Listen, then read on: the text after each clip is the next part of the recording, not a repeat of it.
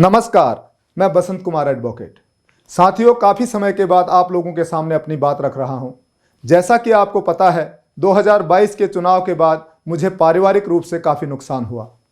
मार्च 2022 में चुनाव से निपटने के बाद चुनाव हारे पर इतनी तकलीफ नहीं हुई, क्योंकि वो जनता का फैसला था। शायद अधिकांश लोगों के दिलों में अपनी जगह बना पाने में मैं नाकाम रहा। चुनाव के बाद 29 सितंबर 2022 को मैंने पिताजी को खो दिया। फरवरी 2023 में मां का ब्रेन हेमरेज हो गया और मैं गंभीर बीमारी से ग्रसित हो गया। साथ ही वर्ष 2023 में बागेश्वर विधानसभा के विधायक चंदन राम दास जी का भी असामयिक निधन हो गया, जिस कारण बागेश्वर की जनता को उपचुनाव का सामना करना पड़ा और बीमारी से ग्रसित होने के बावजूद सहयोगियों एवं बागेश्वर की जनता के आग्रह पर मुझे चुनाव लड़ना पड़ा, जिसके परिणाम हमारे पक्ष में नहीं आए। पुनः मैं बागेश्वर के अधिकांश जनता के दिलों में अपनी जगह बना पाने में असफल रहा। कुछ वोटों के अंतर से मैं फिर से चुनाव हार गया। उसके बाद अभी तक मां के इलाज में और खुद को कैंसर जैसी भयावह बीमारी से उभारने में लगा रहा, जिस कारण आप लोगों के बीच अधिकांशतः नहीं आ सका। लेकिन आप लोगों के आशीर्वाद, दुआओं से मैं अब पूर्ण रूप से स्वस्थ हूं। आप लोगों की सेवा में तत्पर रहकर कार्य करता रहूंगा, ऐसा आपको विश्वास दिलाता हूं। आज का विषय हमारे देश में ईमानदार राजनीति को लेकर है। मुझे विश्वास है मेरे पढ़े लिखे देश के नागरिक मेरे शब्दों का निष्पक्ष एवं बेहतर मूल्यांकन करेंगे। साथियों, चूंकि हम एक लोकतंत्रात्मक देश हैं, लोकतंत्र की कल्पना एक यूनानी दार्शनिक अरस्तु के दिमाग की उपज है। अरस्तु का मानना था कि एक आदर्श राज्य के लिए राज्य की संप्रभु किसी रानी के पेट से पैदा होने वाले राजकुमार के हाथ में नहीं, अपितु जनता द्वारा चुना जाने वाला एक जनप्रतिनिधि के हाथ में होना चाहिए। तभी हम एक आदर्श राज्य को हासिल कर सकते हैं। 1947 में भारत आज़ाद हुआ। आज़ादी के बाद भारत के आकाओं ने भारत को लोकतंत्रात्मक गणराज्य घोषित किया। विभिन्न राजनीतिक दलों का गठन हुआ, चुनाव हुए और चुनी हुई सरकारों से देश चलने लगा। समय समय पर सरकारों में अदला बदली हुई, किंतु अरस्तु के उस आदर्श राज्य की प्राप्ति नहीं हुई जिसकी कल्पना उनके द्वारा अपने ग्रंथ पॉलिटिक्स में की गई थी। इसी तरह समय समय पर पहले कांग्रेस और उसके बाद वर्तमान में खुद को निहायती ईमानदार पार्टी कहने वाली भारतीय जनता पार्टी सत्ता में आसीन है। साथियों, एक बार हम भाजपा को ईमानदार मान भी लें तो आपने देख ही लिया, कुछ ही दिन पहले सुप्रीम कोर्ट की संवैधानिक खंडपीठ द्वारा उनके द्वारा जारी कथित इलेक्टोरल बॉन्ड को असंवैधानिक घोषित किया गया है। इलेक्टोरल बॉन्ड को चलाने के लिए विभिन्न नीतियों और कानून को बदलकर भारतीय जनता पार्टी के वित्त मंत्री श्री अरुण द्वारा अपने करुण स्वर में सदन में चिल्ला चिल्लाकर कई कानूनों को ध्वस्त करने के बाद चंदे के लेन देन को पारदर्शी स्कीम बताकर पेश किया गया था।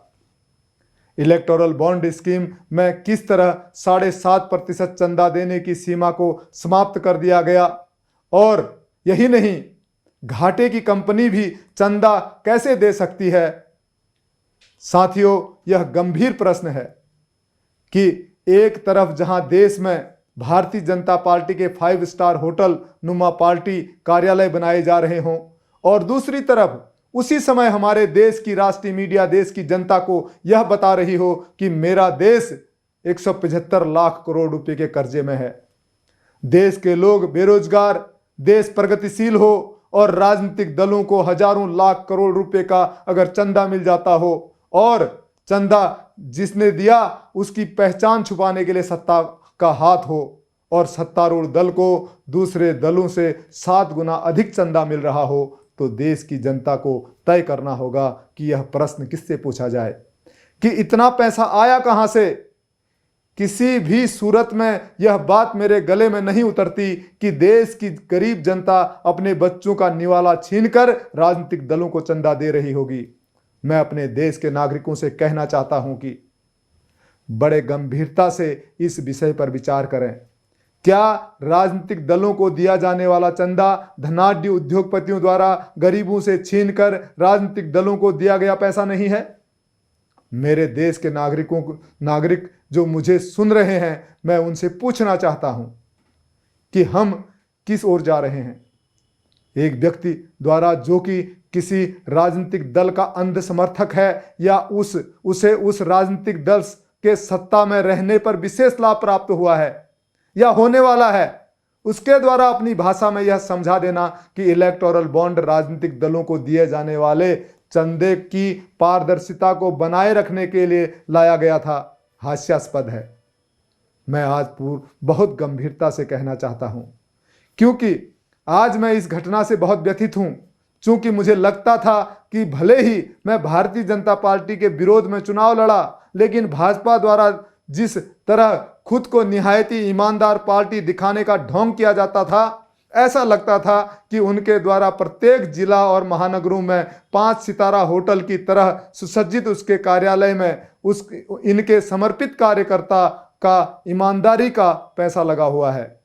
लेकिन इस फैसले के आने के बाद मैं पूरी जिम्मेदारी के साथ कहना चाहता हूं कि इलेक्टोरल बॉन्ड नामक इस महाभ्रष्टाचार के पैसों से भारतीय जनता पार्टी के आलीशान कार्यालयों का निर्माण हुआ है।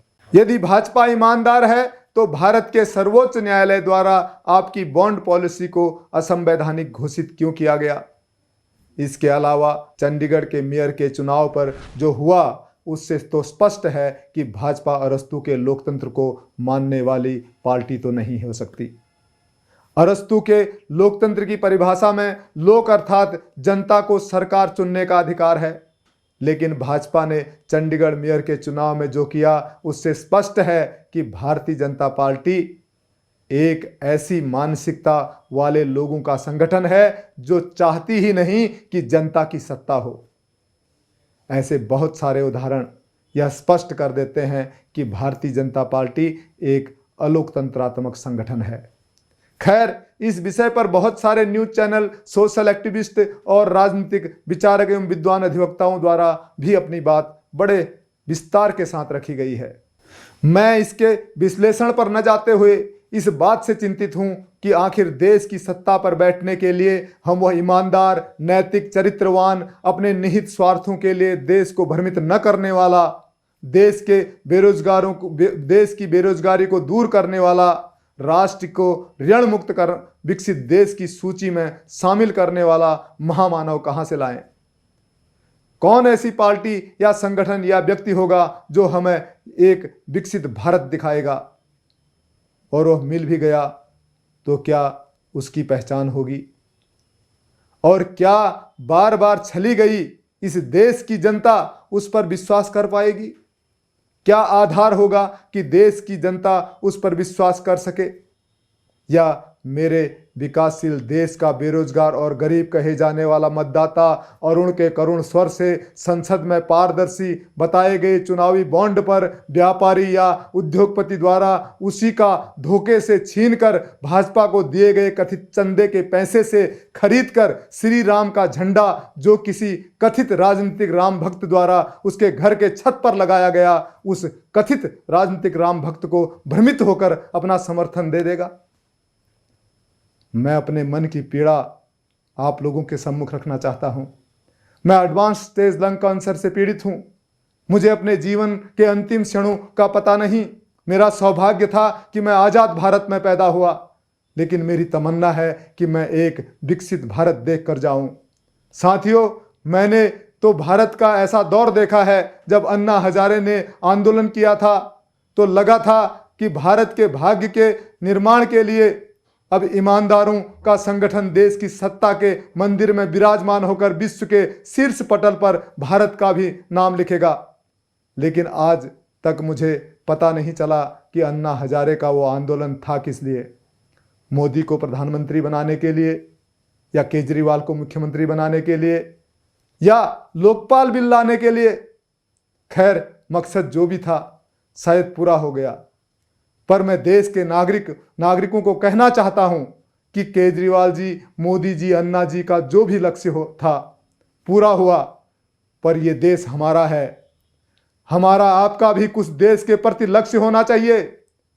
इस तरह इन बहुरूपियों के हाथों में देश नहीं छोड़ा जा सकता, वरना ये बहुरूपिये हमारे देश के गरीबों, बेरोजगारों, हमारे नौनिहालों के साथ यूं ही खेलते रहेंगे।